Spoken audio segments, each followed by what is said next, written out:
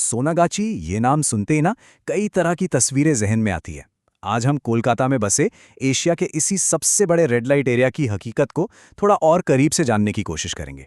और इस जगह की हकीकत को समझने के लिए मुझे लगता है साहिर लुधियानवी के ये शब्द बिल्कुल सटीक बैठते हैं। एक ऐसी दुनिया जहां जबरदस्त विरोधाभास है, एक तरफ रेशम है तो दूसरी तरफ नंगा सच। तो चलिए शुरू करते हैं और सबसे पहले यही सवाल उठाते हैं कि इस जगह का ये जो नाम है इसका मतलब क्या है।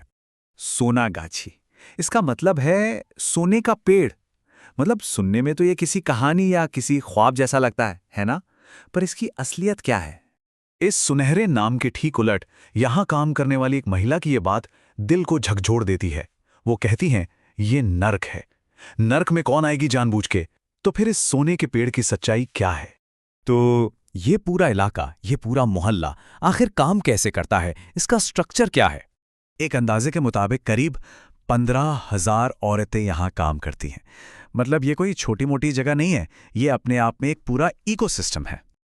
और इस इकोसिस्टम के भी आप समझिए दो चेहरे हैं।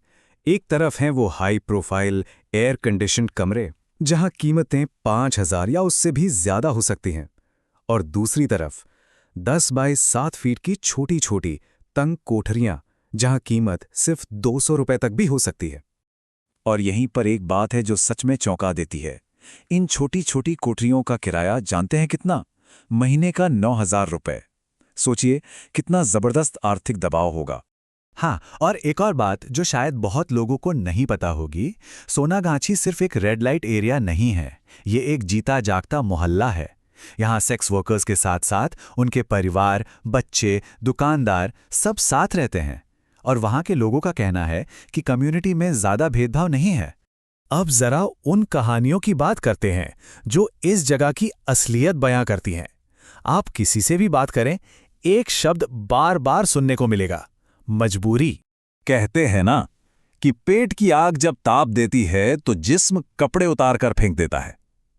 ये एक लाइन शायद यहां की हजारों कहानियों का सार है। लेकिन हर कोई यहां अपनी मर्जी से नहीं आता। कईयों को तो पता भी नहीं होता कि उन्हें कहां लाया जा रहा है।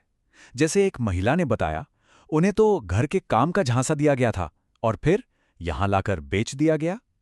ये ट्रैफिकिंग की एक कड़वी सच्चाई है। वजहें कई हैं।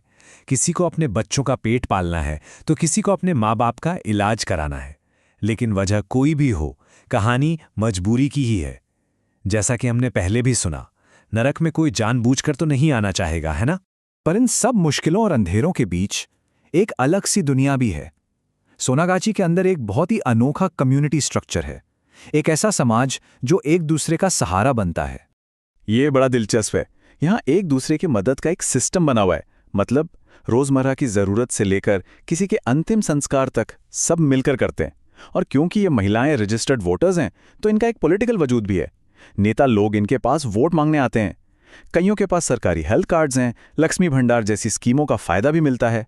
और पुलिस भी आमतौर पर इन्हें परेशान नहीं करती। हाँ, लेकिन वो इस बात को लेकर बहुत सख्त है कि कोई भी नाबालिग लड़की इस काम में ना आए।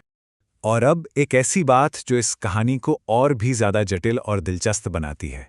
सदियों से एक परंपरा चली आ रही है। कोलकाता की मशहूर दुर्गा पूजा के लिए जो माँ दुर्गा की मूर्ति बनती है, उसके लिए मिट्टी सोनागाछी की गलियों से ही ली जाती है। इसे पवित्र माना जाता है।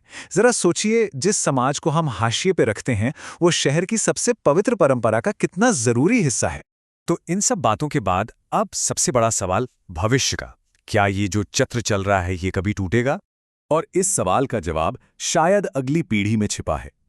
आज बहुत सारे एनजीओज और सरकार की कोशिशों का फोकस इन्हीं सेक्स वर्कर्स के बच्चों पर है कि उन्हें एक अलग जिंदगी, एक अलग रास्ता दिया जा सके। और इसके लिए कुछ खास कदम उठाए जा रहे हैं। सबसे पहले एजुकेशन। बच्चों को अच्छे स्कूलों में, यहां तक कि इंग्लिश मीडियम प्राइमरी स्कूलों में भी भेजा जा रहा है। सरकार और एनजीओ मिलकर उन्हें हर तरह के रिसोर्स दे रहे हैं और इसका असर दिखने भी लगा है। जैसा कि वहां के एक लोकल ने कहा, वो चेन अब टूट रही है। लेकिन ये मानना कि सब कुछ बदल गया है शायद जल्दबाजी होगी। साहिर की वही कविता हमें याद दिलाती है कि हम किस दुनिया की बात कर रहे हैं, जहां एक तरफ जिस्मों की कीमत रोटी से भी सस्ती है। तो सवाल वहीं आके रुक जाता है, क्या आज से कई साल बाद इस सोने के पेड़ की हकीकत आखिरकार बदल पाएगी?